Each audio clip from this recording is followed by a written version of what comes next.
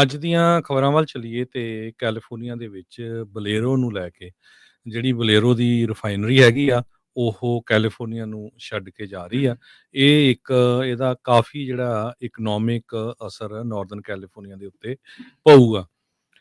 Bolero ਜੋ ਬਨੇਸ਼ੀਆ ਦੇ ਵਿੱਚ ਹੈਗਾ ਆ, 2026 ਦੇ ਵਿੱਚ ਕਹਿੰਦੇ ਵੀ ਅਸੀਂ ਛੱਡ ਕੇ ਇਸ ਏਰੀਏ ਨੂੰ ਜਾ ਰਹੇ ਹਾਂ। ਆਪਾਂ ਸਾਰਿਆਂ ਨੂੰ ਪਤਾ ਵੀ ਕੈਲੀਫੋਰਨੀਆ ਦੇ ਵਿੱਚ ਜਿਹੜੇ ਐਨਵਾਇਰਨਮੈਂਟਲ ਲਾਜ਼ ਹੈਗੇ ਆ, ਉਹਨਾਂ ਨੂੰ ਲੈ ਕੇ ਕਾਫੀ ਜਿਹੜੀ ਸਿਚੁਏਸ਼ਨ ਰਿਫਾਈਨਰੀਜ਼ ਦੇ ਨਾਲ ਟੈਂਸ ਚੱਲ ਰਹੀ ਸੀ। ਤੇ ਕਹਿੰਦੇ ਵੀ ਬਨੇਸ਼ੀਆ ਦੇ ਮੇਅਰ ਨੇ, ਜੋ ਸਟੀਵ ਜੰਗ ਆ, ਉਹ ਕਹਿੰਦੇ ਭਈ $10 ਮਿਲੀਅਨ ਪ੍ਰੋਪਰਟੀ ਟੈਕਸ ਉਹ ਹਰ ਸਾਲ ਪੇ ਕਰਦੇ ਆ।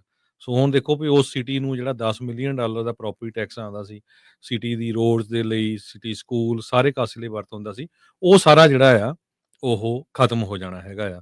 ਸੋ ਮੋਸਟ ਪ੍ਰੋਬਬਲੀ ਕਹਿੰਦੇ ਵੀ ਅਸੀਂ ਇਹ ਟੈਕਸਸ ਦੇ ਵਿੱਚ ਮੂਵ ਕਰਨ ਜਾ ਰਹੇ ਹੈਗੇ ਆ। ਜੇ ਤੁਸੀਂ ਸੈਨ ਫਰਾਂਸਿਸਕੋ, ਸੈਂਟਾ ਕਲਾਰਾ ਏਰੀਏ 'ਚ ਆ ਤਾਂ ਕਹਿੰਦੇ ਕੋਈ ਇਹਦਾ ਕੋਈ ਬਾਹਲਾ ਅਸਰ ਨਹੀਂ ਪੈਣਾ, ਪਰ ਜੋ ਬਨੀਸ਼ੀਆ ਵਾਲਾ ਏਰੀਆ ਆ, ਉੱਥੇ ਜ਼ਿਆਦਾ ਜਿਹੜਾ ਅਸਰ ਪਊਗਾ। ਓਵਰਆਲ ਜਿਹੜਾ ਆ ਗੈਸ ਦੀ ਪ੍ਰਾਈਸ ਤੇ ਵੀ ਅਸਰ ਪਊਗਾ।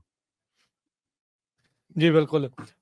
ਬਨੀਸ਼ੀਆ ਦਾ ਕਾਫੀ ਵੱਡਾ ਜਿਹੜਾ ਇਹ ਪਲਾਂਟ ਆ, ਤੇ ਹਰਜੋਤ ਸਿੰਘ ਜੀ, ਅਨਇੰਪਲੋਇਮੈਂਟ ਵੀ ਉੱਥੇ ਜਿਹੜੀ ਜੇ ਬੰਦ ਹੁੰਦਾ ਹੈ ਤੇ ਉਹਦੇ ਨਾਲ ਵੱਧ ਸਕਦੀ। ਉਹ ਜਿਹੜਾ ਟਾਊਨ ਆ ਬਿਲਕੁਲ ਜਿਹੜਾ ਸਮੁੰਦਰ ਦੇ ਕੰਢੇ ਆ, ਤੇ ਉਹ ਬੰਦ ਹੋਣ ਦੇ ਨਾਲ ਫਰਕ ਤਾਂ ਜਿਹੜਾ ਪਏਗਾ।